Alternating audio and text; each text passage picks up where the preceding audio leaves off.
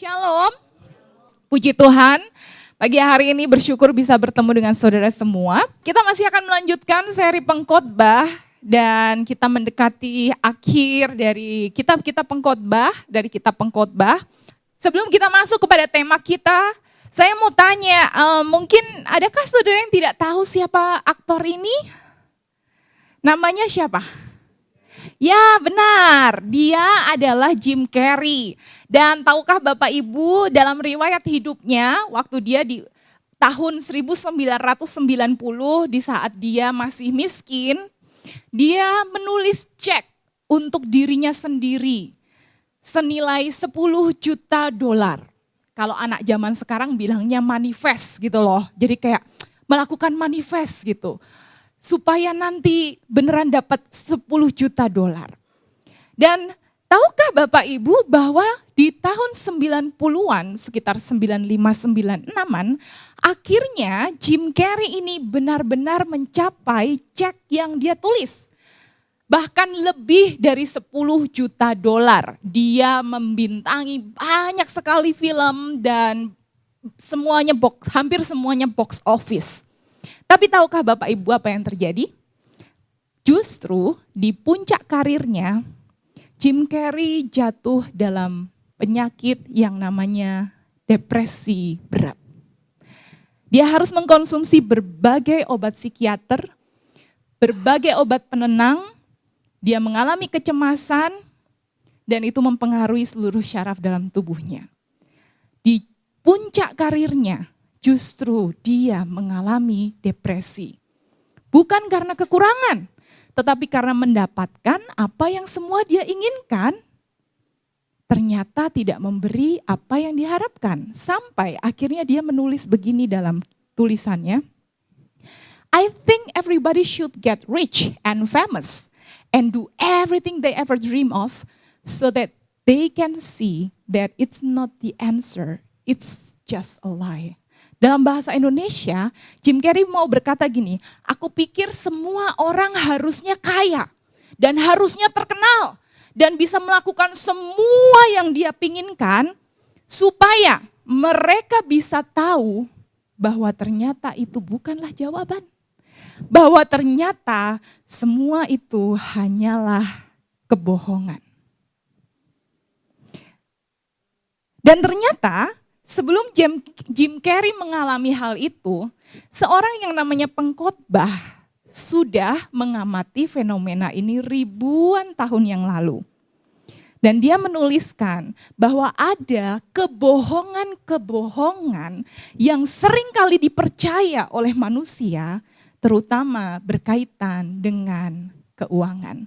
Dan oleh karena itu, mari kita lihat di dalam Pengkhotbah pasal 5, ayat 9-19, dan kita lanjutkan di Pengkhotbah pasal 6 ayat 1-2.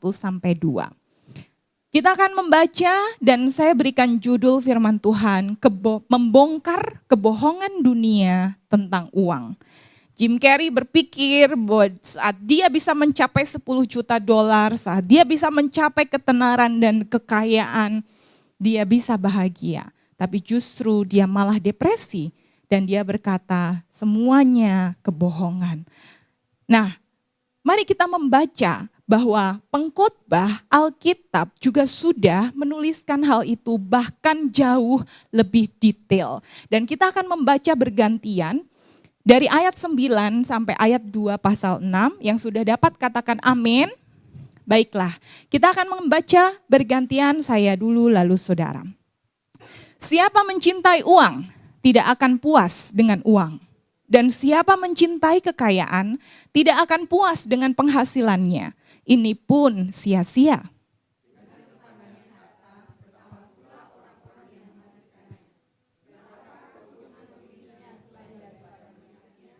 Enak tidurnya orang yang bekerja, baik ia makan sedikit maupun banyak.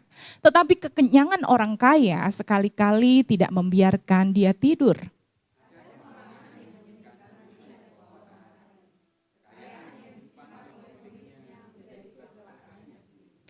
Dan kekayaan itu binasa oleh kemalangan sehingga tak ada suatu pun padanya untuk anaknya.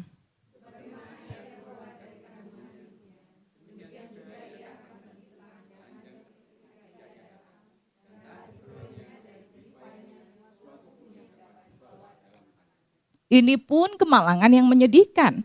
Sebagaimana ia datang, demikian pun ia akan pergi.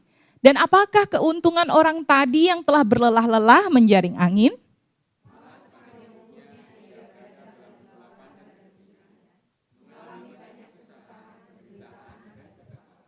Lihatlah, yang kuanggap baik dan tepat ialah kalau orang makan, minum, dan bersenang-senang dalam segala usaha yang dilakukan dengan jerih payah di bawah matahari selama hidup yang pendek yang dikaruniakan Allah kepadanya. Sebab itulah bahagiannya.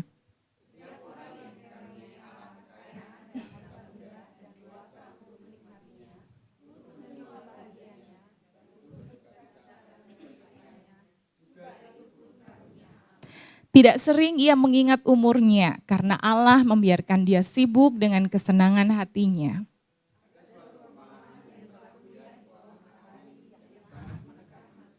Bersama-sama, orang yang dikaruniai Allah kekayaan, harta benda, dan kemuliaan, sehingga ia tak kekurangan suatu pun yang diingininya. Tetapi orang itu tidak dikaruniai kuasa oleh Allah untuk menikmatinya, melainkan orang lain yang menikmatinya. Inilah kesia-siaan dan penderitaan. Amin. Sudah dikasih Tuhan, pengkhotbah adalah orang yang sudah mencoba segalanya di dalam hidupnya, atau dia mengambil sudut pandang Salomo yang sudah memiliki segalanya, dan dia memiliki sebuah kesimpulan yang mengejutkan bahwa semua itu sia-sia. Dan itu sudah kita pelajari berminggu-minggu sampai di pasal 5 dan 6 ini. Tapi sebenarnya pengkhotbah itu bukanlah kitab kesia-siaan atau kitab keputusasaan, bukan. Kitab pengkhotbah sebenarnya adalah kitab kejujuran. Di mana pengkhotbah mengundang kita untuk melihat dunia apa adanya. Untuk melihat dunia secara jujur. Kenapa? Karena sebenarnya di dalam dunia ini ada banyak sekali kebohongan. Dan di dalam ayat-ayat yang kita baca, kita akan melihat ada 3 kebohongan yang ditanamkan oleh dunia kepada kita, kepada manusia, tentang uang yang ingin dibongkar oleh pengkhotbah. Mari kita lihat satu persatu. Di ayat 9 sampai ayat 11, di dalam pengkhotbah pasal 5, pengkhotbah mengatakan demikian, siapa mencintai uang tidak akan puas dengan uang, dan siapa mencintai kekayaan tidak akan puas dengan penghasilannya, ini pun sia-sia. Nah, di dalam ayat yang ke-9 sampai ayat yang ke-11 ini, pengkhotbah sedang ingin membongkar kebohongan yang ditanamkan oleh dunia berkaitan dengan apa? Di mana dunia ini sering berkata gini loh, semakin banyak kamu punya uang, semakin tenang hidupmu. Berapa banyak dari kita yang pernah berpikir, kalau aja gaji saya naik 2 kali lipat. Kalau aja saya bisa simpan tabungan sekian juta, saya pasti hidupnya lebih tenang. Dan jangankan saudara, saya pernah mengalami hal itu. Ini adalah suatu hal yang kita manusia lakukan dan alami. Tetapi pengkhotbah ingin berkata bahwa pemahaman yang demikian adalah sebuah kebohongan. Bagaimana pengkhotbah bisa mengatakan ini kebohongan? Karena di ayat 9 dia berkata, siapa mencintai uang tidak akan puas dengan uang. Siapa mencintai kekayaan tidak akan puas dengan penghasilannya. Dari ayat yang pertama ini, dari ayat yang ke-9 ini saja, pengkhotbah ingin berkata bahwa kamu mau seberapa pun menghasilkan gajimu, penghasilanmu, keuntunganmu, dia berkata tidak akan puas. Ternyata uang itu punya cacat bawaan.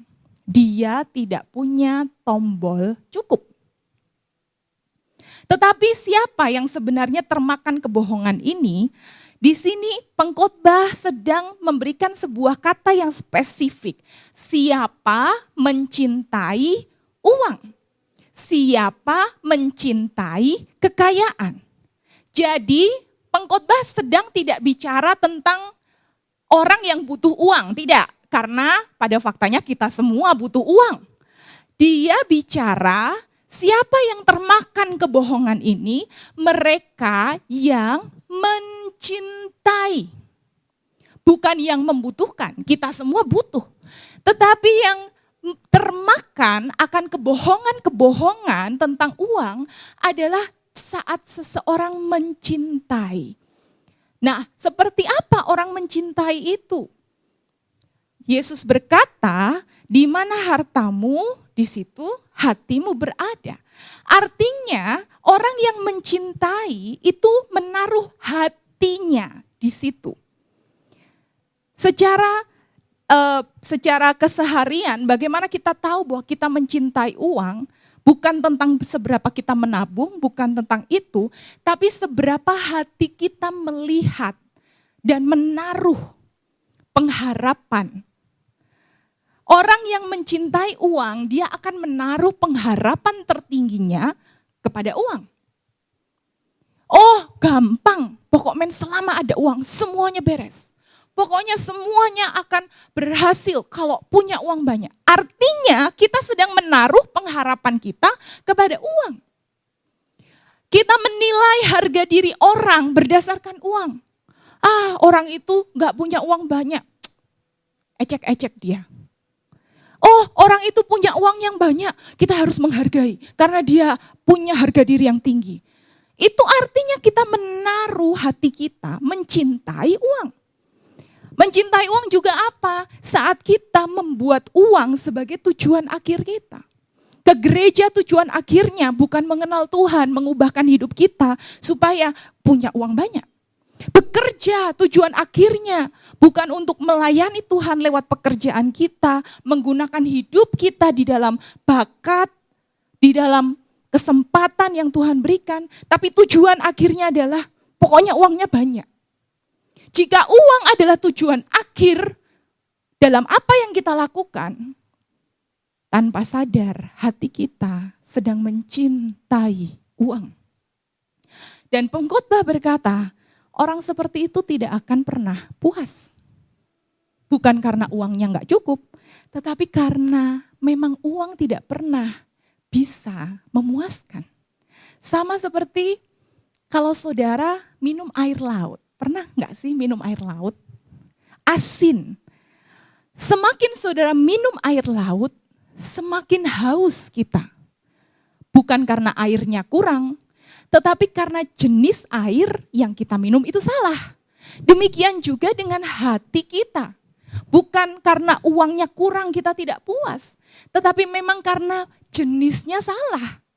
Uang tidak pernah dirancang untuk memuaskan jiwa manusia. Dan pengkhotbah memberikan fakta-fakta yang menyakitkan. Bagaimana bahwa semakin banyak itu bukan menjadi semakin tenang, karena ayat 10 mengatakan demikian. Dengan bertambahnya harta, bertambah pula orang-orang yang menghabiskannya. Maksudnya apa? Pengkhotbah sedang ingin bilang begini loh, semakin banyak uang, semakin banyak yang kamu belanjakan. Semakin banyak yang kamu pakai. Contoh, mungkin waktu gaji kita masih sedikit, kalau kita pengen makan di luar, kita makannya di warteg. Waktu gajinya nambah, makannya di kafe. Lah ya kan? Jadi yang tadinya di warteg cukup, tapi karena sudah naik kapasitas gaji kita, penghasilannya naik juga kapasitas gaya kita, jadi uangnya juga sama-sama habis. Dulu kita bisa cukup dengan motor. Pacaran naik motor, kemana-mana pakai motor. Oke, Tuhan kasih tambah. Sekali lagi, bukan uangnya yang salah. Tapi hati kita yang berbahaya. Waktu kita dikasih tambah, dikasih mobil. Saudara, saya mengalami tahun ini pajak mobil tuh naik, saudara. Yang tadinya itu cuman sekitar 2 jadi 2,6. Wah, artinya maksudnya belum lagi Pertamax tambah jadi 16.000. Aduh, gitu kan. Kalau kita melihat apa yang dikatakan pengkhotbah itu sudah melihat jauh lebih lama. Semakin banyak kita dikasih, semakin banyak uang, semakin banyak yang dibelanjakan, semakin banyak yang menghabiskan. Sekali lagi, bukan karena uangnya, bukan karena kita jahat, tetapi memang itulah faktanya. Apalagi yang ingin dikatakan oleh pengkhotbah, ayat 11 juga fakta yang menyakitkan. Di ayat 11 dikatakan, enak tidurnya orang yang bekerja, baik ia makan sedikit maupun banyak. Tetapi kekenyangan orang kaya sekali-kali tidak membiarkan dia tidur. Maksudnya apa? Di ayat ini pengkhotbah ingin memperbandingkan. Ada orang yang bekerja, dalam bahasa aslinya itu orang yang berjuang, orang yang kekurangan. Enak tidurnya. Tetapi kekenyangan orang kaya itu artinya ada sebuah kepenuhan atau ada materi yang besar, tetapi sekali-kali tidak membiarkan dia tidur. Kok bisa? Karena pengkhotbah ingin berkata, semakin banyak kita punya uang, semakin banyak yang kita pikirkan. Semakin banyak yang kita khawatirkan. Wah, nanti kalau kena phishing gimana? Nanti kalau inflasi gimana? Nanti kalau dolarnya naik? Ya, maaf kata, kalau kita nggak punya banyak uang, kita nggak kepikiran seperti itu, bukan? Bukan berarti, sekali lagi, bukan berarti pengkhotbah ingin berkata, ya sudah kalau gitu miskin aja. Bukan. Jangan salah paham. Pengkhotbah sedang ingin menyoroti kebohongan yang seringkali ditanamkan. Karena pada faktanya, kekayaan itu tidak ada efeknya apapun sebenarnya dalam ketenangan hidup kita. Justru semakin banyak uang, semakin banyak yang kita akan bisa khawatirkan. Bagaimana nanti supaya uangnya tidak hilang, bagaimana supaya nanti bisa bertahan, dan lain sebagainya. Semakin banyak yang dikhawatirkan. Apalagi jika kalau kita kembali kepada satu tokoh yang tadi saya ceritakan, Jim Carrey, dia sampai menaruh berbagai satpam, tentara untuk menjaga rumahnya. Ya supaya apa? Ya supaya tidak hilang. Jadi semakin tidak bisa tidur, semakin overthinking, semakin cemas. Dari sini pengkhotbah ingin mengatakan bahwa dunia seringkali berkata, semakin kamu punya banyak, semakin tenang hidupmu, itu bohong. Kelimpahan materi tidak pernah menjamin ketenangan. Kita bisa membeli kasur yang mewah, tapi kita nggak bisa membeli tidur yang nyenyak. Kita bisa membeli rumah yang besar, tapi kita tidak bisa membeli hati yang lapang. Saat kita menaruh harapan tertinggi kita kepada uang, membuat uang sebagai tujuan akhir, menjadi tujuan penilaian kita akan manusia, ini yang akan kita alami. Kita akan khawatir, kita akan tidak tenang, kita akan insomnia, dan justru semakin banyak uang kita semakin tidak tenang. Lalu kebohongan kedua apa yang dibongkar oleh pengkhotbah? Ayat 12 sampai ayat 17. Yang kedua, dikatakan ada kemalangan yang menyedihkan kulihat di bawah matahari, kekayaan yang disimpan oleh pemiliknya menjadi kecelakaannya sendiri. Kekayaan itu binasa oleh kemalangan sehingga tak ada satupun padanya untuk anaknya. Kebohongan yang kedua yang sering kali ditanamkan oleh dunia itu tentang apa? Tentang masa depan. Tentang masa tua. Tentang pensiun. Tentang warisan kepada anak. Dunia, apalagi zaman sekarang, seringkali mendengungkan berkata begini, kalau kamu punya financial freedom, kalau kamu punya passive income, ya maksudnya uang tuh bisa datang sendiri gitu tanpa kita bekerja. Kalau kamu punya passive income di mana-mana, bisa mencapai financial freedom, maka masa tuamu akan aman. Maka kamu bisa pensiun, kamu bisa menikmati hidup. Gak apa-apa sekarang lembur, gak apa-apa mengorbankan waktu untuk keluarga, mengorbankan waktu tidur. Yang penting aset terkumpul banyak untuk jaminan masa tua. Tetapi ini adalah kebohongan. Di dalam pengkhotbah ada fakta-fakta yang menyedihkan. Tadi kita sudah membaca di ayat 12 dan ayat 13 di mana harta yang ditimbun oleh seseorang bisa mengalami kemalangan, menjadi kecelakaan sendiri, bahkan tidak ada yang ditinggalkan untuk anaknya. Bagaimana bisa demikian? Karena di dunia yang serba tidak pasti ini, tidak akan ada yang namanya financial freedom. Ada banyak hal-hal yang bisa terjadi. Harta bisa binasa dalam semalam, inflasi, investasi bisa bangkrut, bisnis bisa kolaps, pekerjaan bisa PHK, semua bisa naik. Dan ini membuat kita tidak bisa memiliki yang namanya financial freedom di dunia yang memang serba tidak pasti ini. Dan yang paling keras ada di ayat 14. Satu orang boleh tolong bacakan apa fakta yang paling menampar orang yang berpikir numpuk supaya nanti bisa aman. Ayat 14.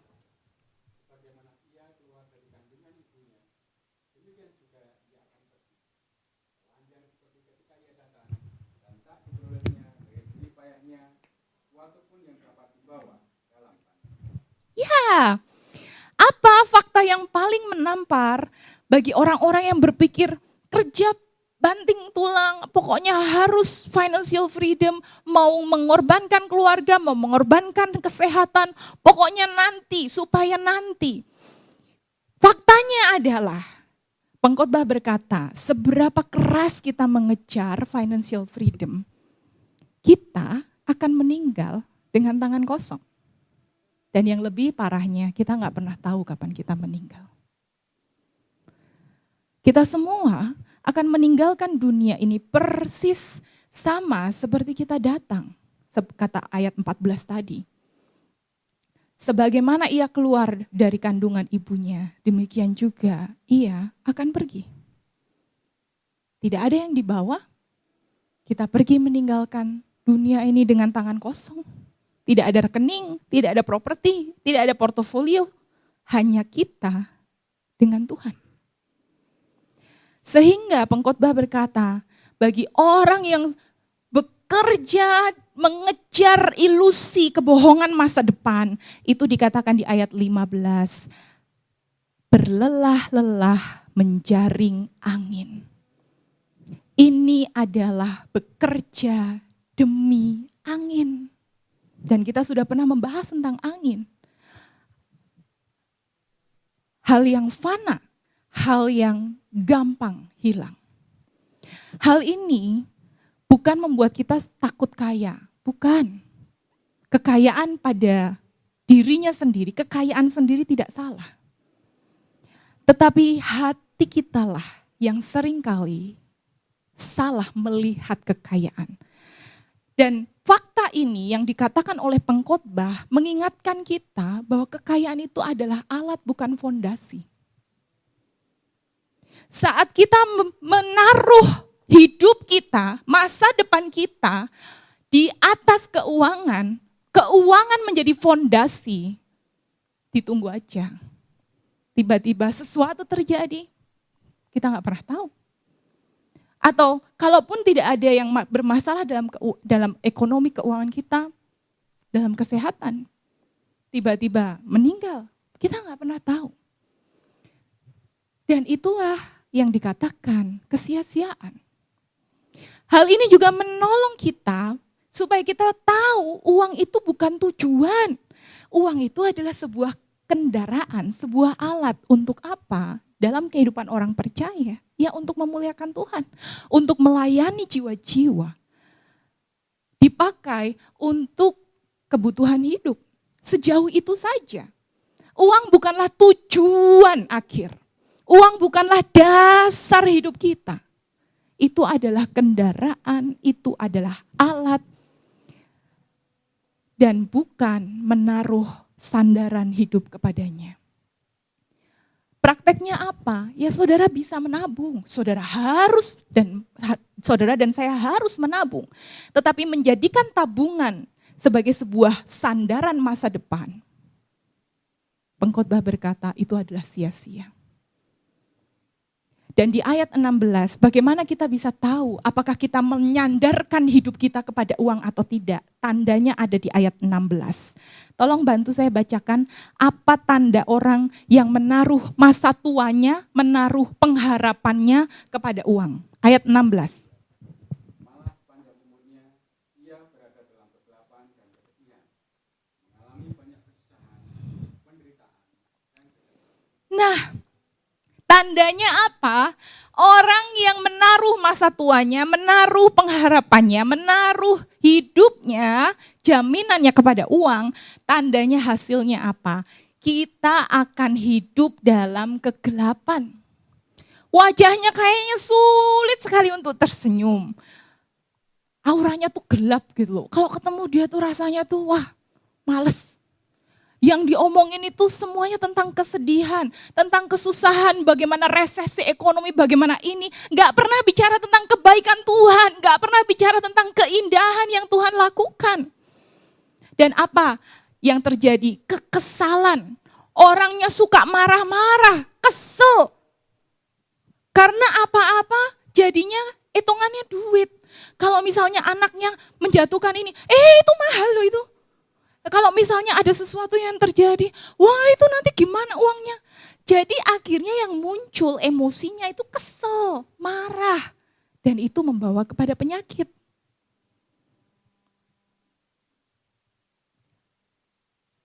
Bagaimana kita bisa melihat uang tanpa Allah tidak akan pernah bisa memberikan kehidupan? Pengkhotbah pernah mengalaminya, Raja Salomo mengalaminya. Saudara bisa baca semua artis-artis, aktor-aktor Hollywood. Dan saya harap kita bisa belajar dari pengalaman orang lain daripada kita menjalaninya dan keceklong sendiri. Amin, saudara. Di sini kita bisa melihat bahwa dunia menanamkan kebohongan, supaya kita bisa menaruh rasa aman kita kepada keuangan kita. Tapi pengkhotbah membongkar bahwa nominal apapun materi itu tidak kembali lagi, tidak menjamin masa tua kita, tidak menjamin kehidupan kita. Dan mungkin sebagian dari kita dan contoh-contoh yang tadi saya sudah sampaikan, kita bisa saja berhasil secara materi. Mungkin ada sebagian dari saudara yang bekerja keras. Tapi kalau saudara mau melihat, mengecek dalam hidup kita. Dan ada sesuatu yang mungkin saudara rasanya kok ada yang kurang ya. Rasanya kok ada sesuatu yang gak bisa saudara jelaskan. Itu bukan tanda bahwa kita perlu lebih banyak lagi uang. Tetapi itu tanda bahwa jiwa kita merindukan sesuatu yang lebih dalam dari sekedar uang. Dan itu nanti kita akan pelajari lebih lagi. Jadi inilah kebohongan kedua yang dibongkar oleh pengkhotbah.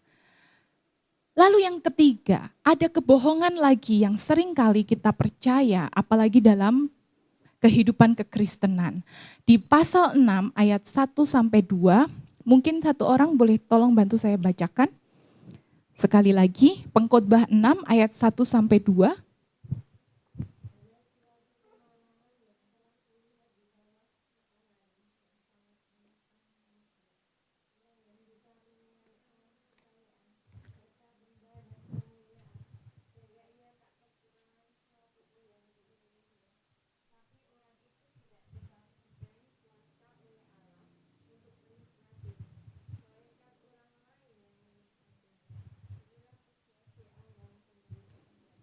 Ya, terima kasih.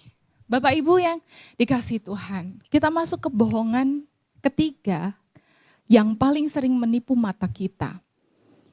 Dan ini adalah nilai dunia tapi seringkali menyusup ke dalam gereja. Kebohongannya berbunyi seperti ini. Kalau orang itu sukses secara materi, itu adalah bukti hidup yang diberkati. Sehingga kalau kita melihat ada orang Kristen yang rumahnya mewah, banyak sekali mobilnya, usahanya lancar, atau mungkin kita bisa melihat influencer-influencer, wah luar biasa ya keluarga itu. Sangat diberkati Tuhan.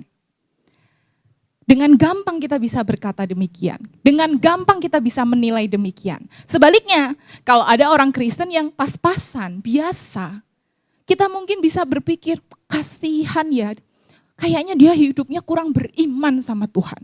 Kurang berusaha, kurang berdoa mungkin. Hidupnya kurang diberkati.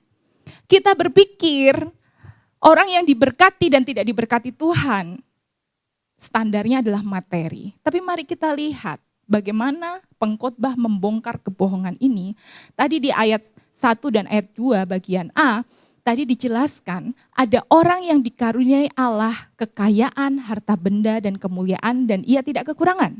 Perhatikan, di ayat ini pengkhotbah sedang mengatakan ada orang yang memang punya semuanya. Sukses, sempurna, tapi mari kita lihat fakta yang mengerikan di ayat 2b. Tetapi ia tidak diberi kuasa untuk menikmatinya. Jadi ternyata pengkhotbah ingin mengatakan memiliki kekayaan dan menikmati kekayaan, memiliki materi dan menikmati materi itu adalah dua hal yang sangat berbeda. Dan yang paling menakutkan adalah orang yang memiliki tapi tidak bisa menikmati. Dan dikatakan bahwa bagaimana kita bisa menikmati itu, dikatakan ini adalah karunia kuasa Allah. Orang itu tidak dikaruniai kuasa oleh Allah untuk menikmatinya. Nah, kenapa ada orang yang tidak bisa menikmati? Kenapa Allah dalam tanda petik menahan kemampuan menikmati? Ya sekali lagi karena mencintai uang. Orang tersebut mungkin mengumpulkan hartanya dengan cara yang serakah, menjadikannya berhala, dan hidup seolah-olah tidak butuh Tuhan. Dia menikmati, dia memiliki dan menginginkan pemberian Tuhan, tetapi mengabaikan sang pemberi. Sehingga orang ini dikatakan tidak menikmati kekayaan. Tapi sebelum saya mau lebih jauh seperti apa menikmati itu, mungkin ada sebagian dari saudara yang batin dalam hati. Ya ini khotbahnya cocok buat orang-orang kaya aja kayaknya. Orang-orang kaya yang susah tidur atau mungkin harus bisa menikmati apa yang dia punya. Lah saya, ya kan, jangankan khawatir mikirin aset, lah mikirin gimana bayar sekolah anak aja, saya uangnya nggak ada gitu kan. Atau mungkin bagaimana bisa menikmati harta, lah wong saya aja tabungan aja mepet mungkin. Pas-pasan buat bayar kontrakan. Makan besok aja susah. Gimana saya bisa memiliki kemampuan menikmati hidup? Apakah menikmati itu hanya dimiliki oleh orang-orang yang mampu saja? Bukan. Di ayat yang ke-17,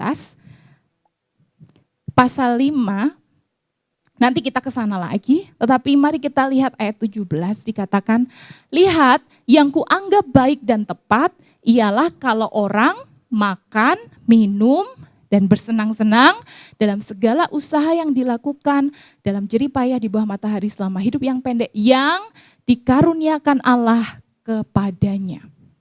Jadi perhatikan baik-baik, Pengkhotbah tidak mengatakan bahwa kita harus makan di restoran mewah untuk menikmati hidup. Pengkhotbah tidak sedang ingin berkata bahwa kita harus minum kopi yang mahal untuk bersuka cita. Pengkhotbah tidak sedang berkata bahwa kita harus pergi ke tempat-tempat yang jauh untuk kita bisa menikmati hidup. Bukan. Tetapi pengkhotbah menggunakan kata yang sangat sederhana, yang kuanggap baik dan tepat ialah kalau orang makan dan minum. Ini bicara tentang apa? Pemenuhan kebutuhan dasar hari demi hari.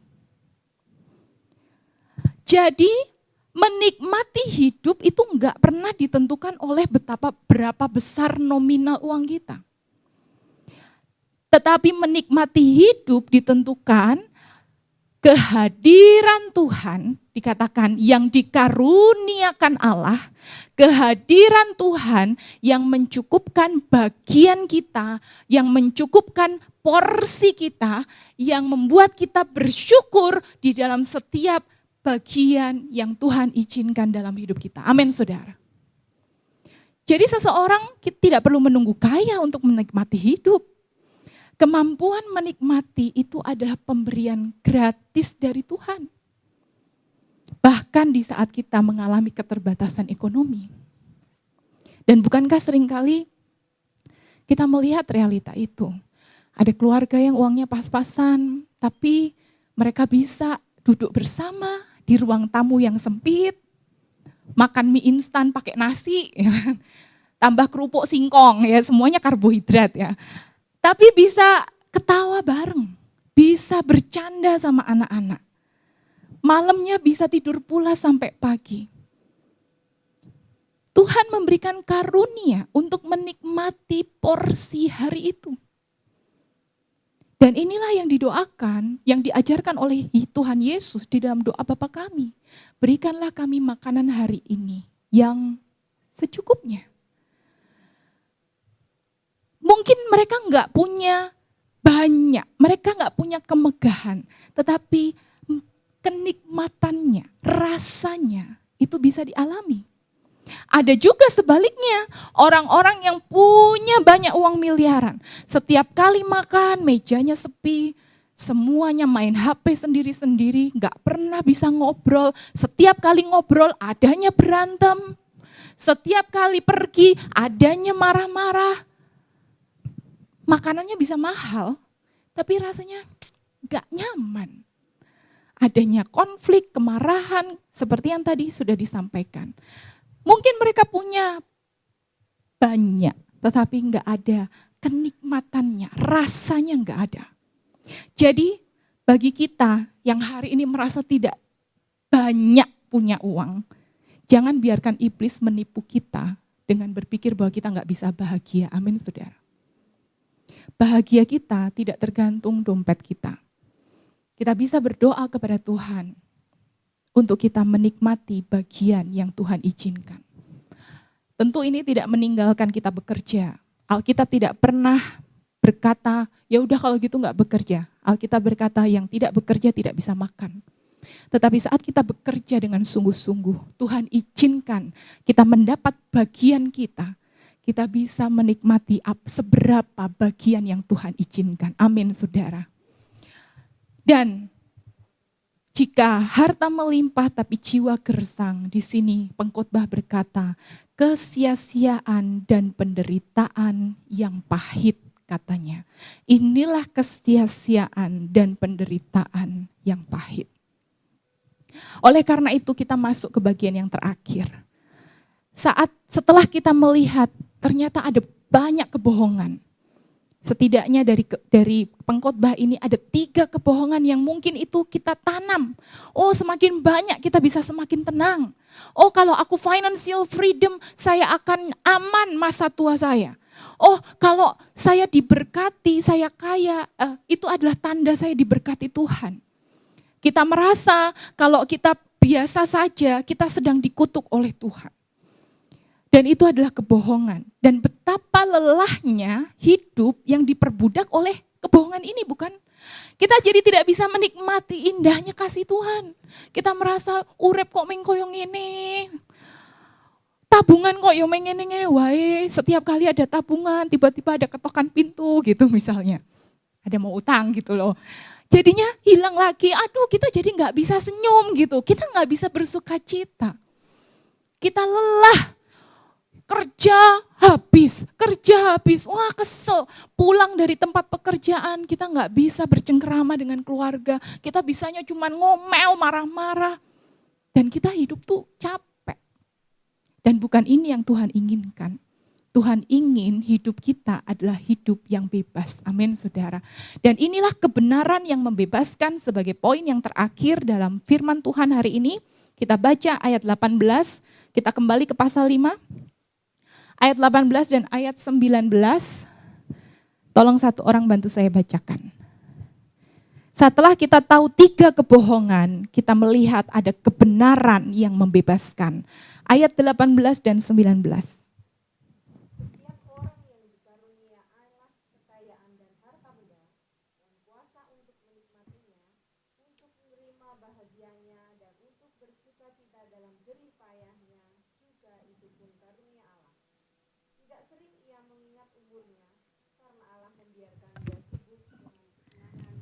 Wow, luar biasa bukan?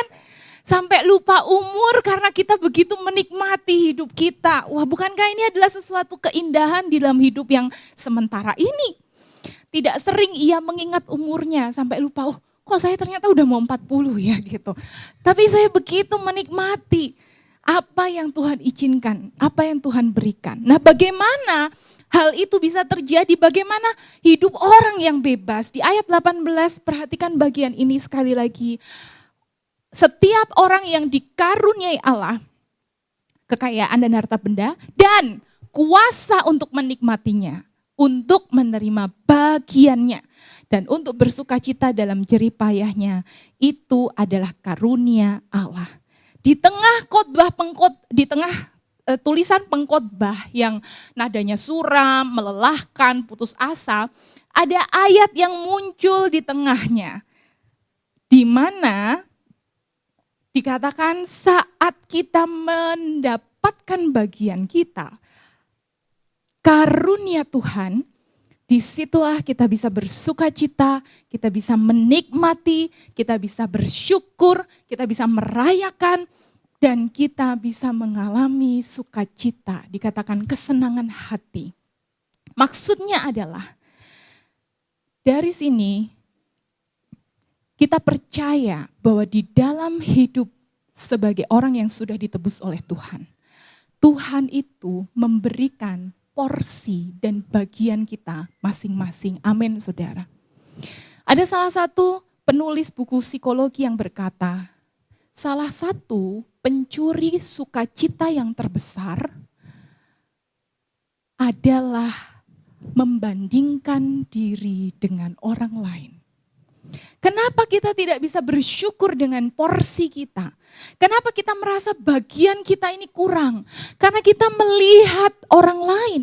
Karena kita melihat porsi orang lain dan kita berpikir, loh kok saya cuma segini? Kok saya cuma begini? Harusnya saya bisa lebih dong.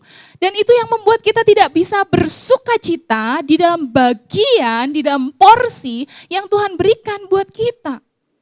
Sama seperti apa yang terjadi kepada bangsa Israel di padang gurun. Tuhan sudah memberikan porsi mana 1 eva setiap hari bagi bangsa Israel. Tetapi ada orang-orang yang merasa tidak cukup, ada orang-orang yang merasa porsinya kesedikitan, dia mengambil lebih dari itu. Dan tahukah saudara apa yang terjadi? Busuk. Malah justru busuk. Dan itu yang terjadi dalam hati kita, bukan? Saat Tuhan mengizinkan kita mengalami, menikmati porsi kita, tapi kita merasa porsi orang lain lebih banyak, itu membusukkan hati. Maka Amsal berkata, iri hati itu membusukkan tulang. Oleh karena itu, kebenaran yang membebaskan kita sebagai orang percaya, kita sadar, kita tahu saat kita bekerja dengan sungguh-sungguh, Tuhan memberikan kepada kita bagian kita. Dan berhenti mengejar porsi orang lain. mulailah merayakan porsi yang Tuhan berikan kepada kita hari ini. Dalam minggu ini, saya menceritakan kerapuhan saya. Saat saya mengetahui pagi-pagi tiba-tiba ada berita Pertamax naik 16.000, jujur saja waktu itu saya gelisah. Kenapa? Karena saya sering banget keluar kota, saudara. Dan mobil yang saya terima adalah mobil yang tidak bisa dipakai Pertalite, harus Pertamax. Jadi waktu itu tuh saya sudah membayangkan, aduh kalau ke Solo berkali-kali 1 bulan berapa kali, nanti ke Semarang, nanti ke Jawa Timur, wah itu sudah kalkulasinya sudah banyak gitu. Lalu saya menyadari bahwa, kok saya jadi khawatir ya? Saya ngobrol sama suami saya bilang, kok kamu overthinking ya? Iya ya, kenapa ya saya overthinking? Saya mengambil waktu untuk merenung, lalu saya berpikir, bukankah masih ada bagian saya? Kenapa saya malah menjadi overthinking dan merasa kayak gak cukup dan lain sebagainya. Pada saat itu saya mempersiapkan khotbah ini juga, dan Tuhan menolong saya melihat bahwa yang membuat saya cemas, yang membuat saya overthinking, itu bukan karena apa yang ada di tangan kita tidak cukup. Tetapi melihat orang lain, melihat masa depan, melihat hal-hal yang sebenarnya masih tidak kelihatan, dan merasa bahwa porsi kita tidak cukup. Dan disitulah kekhawatiran dan kecemasan muncul. Tuhan mengajarkan kepada saya bahwa apa yang Tuhan berikan, Tuhan berkati dan itu cukup. Bukankah 5 roti 2 ikan itu cukup? Bukankah 7 roti itu cukup buat 4.000 orang? Bukankah mana itu cukup buat bangsa Israel 40 tahun dipelihara? Bukankah roti dari burung gagak itu cukup untuk Elia selama masa kemarau? Bukankah minyak dan tepung itu cukup untuk memelihara janda, anak-anaknya, dan Nabi Elia? Jadi bukan masalah apa yang ada di tangan saya sekarang, tetapi siapa yang mengaruniakan dan memberkatinya. Amin, saudara. Dan disitulah membuat saya, Tuhan ampuni aku, biarkan hatiku mengarah kembali kepada Sang Pemberi kehidupan. Jadi rahasia kenyang, rahasia bersyukur, entah itu besar atau kecil, saat kita melihat kepada Tuhan Sang Pemberi dan berkata, Tuhan saya bersyukur, terima kasih untuk berkat-Mu. Dan Tuhan memberikan kita karunia untuk menikmati. Amin, saudara. Bagian yang terakhir, bagaimana kita manusia yang dasarnya serakah dan egois ini bisa punya hati yang selalu cukup. Seperti yang saya alami, dalam minggu ini saja saya merasa terganggu. Dan itu adalah kecenderungan kita manusia yang berdosa. Akan ada momen-momen di mana kita merasa tidak cukup. Akan ada momen-momen di mana kita merasa uanglah yang menjadi jawabannya. Akan ada momen-momen di mana kita merasa uanglah yang menjadi harapan kita. Atau bagaimana mungkin kita yang gajinya pas-pasan bisa pulang dengan hati yang tenang. Firman Tuhan ingin memberitahu bahwa kita memang tidak bisa melakukan dengan kekuatan kita sendiri. Dan disinilah kitab pengkhotbah selalu mengarahkan kita untuk kita melihat bukan sekedar di bawah matahari, tetapi kita melihat hidup kita dari sejak awal di bawah Sang Anak. Pengkhotbah ingin menolong kita untuk melihat bahwa kekuatan kita untuk merasa cukup, hati kita untuk merasa puas dan tenang, itu bukan pada kekuatan kita sendiri, tetapi pada Kristus Yesus. Ribuan tahun setelah kitab pengkhotbah ditulis, manusia masih saja haus, masih saja lapar, mengejar angin kekayaan, angin materi. Yesus datang ke dunia ini, dia tidak menawarkan strategi finansial yang baru, dia justru berkata, akulah roti hidup. Barang siapa datang kepadaku, ia tidak akan lapar lagi. Barang siapa percaya kepadaku, ia tidak akan haus lagi. Dan tahukah saudara mengapa kita tidak pernah merasa cukup? Karena memang hati dan jiwa kita dirancang oleh Tuhan dengan kapasitas yang tidak terbatas. Dan hal-hal materi yang terbatas itu tidak akan pernah bisa memuaskan kita. Maka Yesus berkata kepada perempuan Samaria yang selalu tidak pernah puas, dia berkata, "Aku akan memberikan air hidup. Aku adalah roti hidup. Dari dalam hatimu akan keluar mata air yang tidak akan pernah berhenti." Kita akan mengalami kepuasan, mengalami kekenyangan, mengalami hati yang bersuka cita. Karena sebenarnya masalah finansial bukan melulu tentang finansial, tetapi masalah hati kita. Kita butuh hati kita tertambat pada sesuatu yang tidak pernah bisa goyang. Dan itu adalah Yesus. Alkitab gak pernah melarang kita menjadi orang kaya. Alkitab tidak pernah melarang kita menjadi orang yang berprestasi, berkecukupan. Kita perlu bekerja keras, kita perlu menabung, kita perlu mengatur keuangan, memberikan yang terbaik. Tetapi Alkitab mengingatkan, memperingatkan supaya uang itu harus diturunkan dari tahta hati kita. Amin saudara. Tapi menjadikan Yesus sebagai yang terutama, yang utama dalam hati kita. Jangan biarkan nilai diri kita ditentukan oleh apa yang kita miliki, merek mobil yang kita kendarai atau kemana kita pergi. Itu angin yang gak pernah bisa memuaskan kita. Tetapi di dalam Yesus Kristus kita bisa bekerja, bukan lagi tujuannya tentang uang. Tetapi kita bekerja karena kita bersyukur Tuhan masih kasih kita hidup, Tuhan masih kasih kita tubuh, Tuhan memberikan kita kesempatan untuk bertemu dengan orang-orang baru, untuk melayani mereka, dan kita mendapatkan keuntungan dan kita bisa hidup di dalamnya. Bekerja menjadi bentuk ibadah dan rasa syukur atas anugerah Tuhan. Sehingga saat kita memiliki Kristus, kita bisa berkata bahwa Kristus itu cukup untuk kita. Dalam setiap musim apapun, dalam setiap kondisi apapun, kita bisa mengalami kedamaian. Kita mengalami jaminan di masa tua kita. Karena Tuhan berkata, sampai masa tuamu aku menggendongmu. Amin saudara. Di dalam Yesus Kristus ada masa depan, ada keamanan akan masa tua kita. Ada berkat untuk anak cucu kita, kata pemazmur dan Amsal. Oleh karena itu, mari kita berdoa dan kita akan menikmati perjamuan kudus. Menunjukkan, membuktikan sebagai sebuah sakramen bahwa Yesus sungguh adalah roti hidup.